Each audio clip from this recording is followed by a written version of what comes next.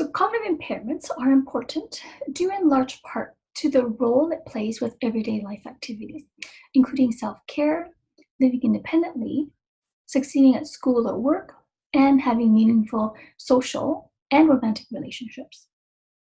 Given the link between cognition and functional outcomes that are important for everyday life, a number of strategies have been developed to address these difficulties.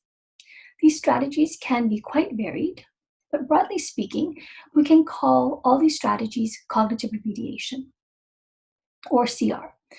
CR methods can be divided into three major categories. First, we have restorative approaches. So this approach is based on the principle of neuroplasticity and our brain's ability to form new connections and pathways and change how its circuits are wired.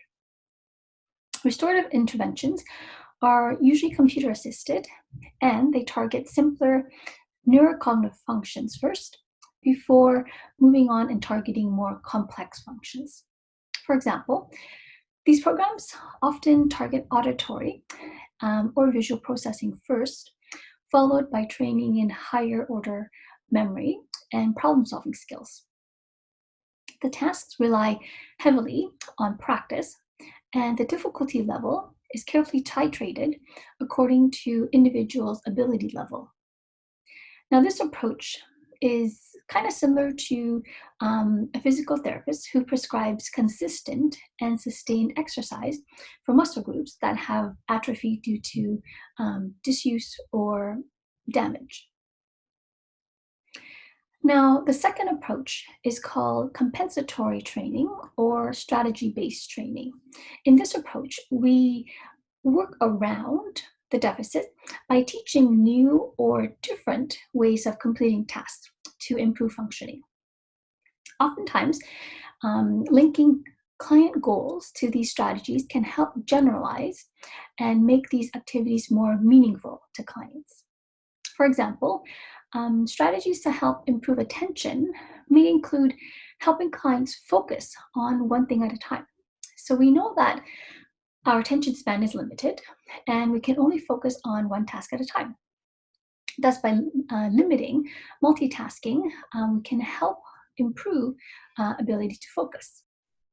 Other strategies to improve attention include repeating back what you hear. So many people forget things they are told because they do not pay attention to what the person said in the first place. So repeating back what you just heard the other person say, either to yourself or to the other person, can ensure that you have initially remembered the piece of information you want to learn. So strategies to improve memory may include teaching about chunking.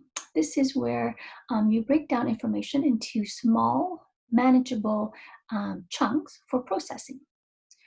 Or another memory strategy may be teaching about mnemonics or associations. This is linking new information that needs to be remembered with old memory. So for example, if you meet a new person and you have to remember their name, strategies, you can try to see if you know somebody else by that same name and try to picture the old person and the new person together. Another strategy that falls under the compensatory training umbrella are adaptive strategies. Now, adaptive strategies refer to changes in the environment rather than the individual. So that is structuring the environment or making modifications to the environment to help people bypass, again, work around, compensate for the cognitive challenges. So examples of changing the environment to improve attention and concentration may include choosing a quiet place to work and putting a do not disturb sign on the door when working. It may also include turning off unnecessary distracting electronic equipment such as cell phones, radio, and TV. Related to that, if someone's working on a computer, a strategy may be to turn off email programs to avoid distracting prompts about having new emails.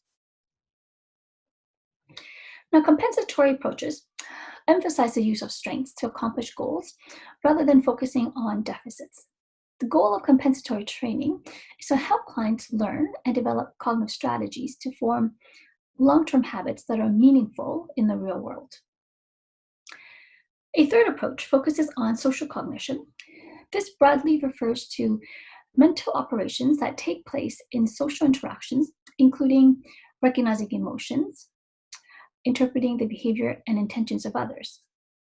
In clinical practice, people often describe difficulties perceiving social cues and effectively relating to others. So, training in this area may include teaching about facial affect recognition or understanding emotions.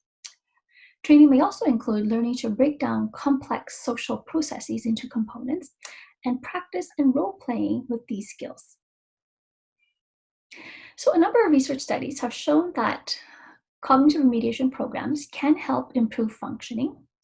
Our research study shows that CR can help clients improve thinking skills that are important in getting a job.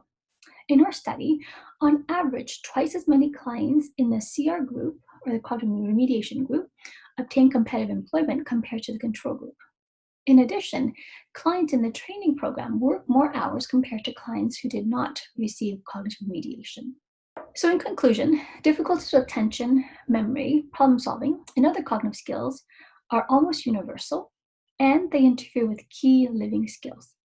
The good news is that effective treatments do exist to strengthen and improve cognitive skills.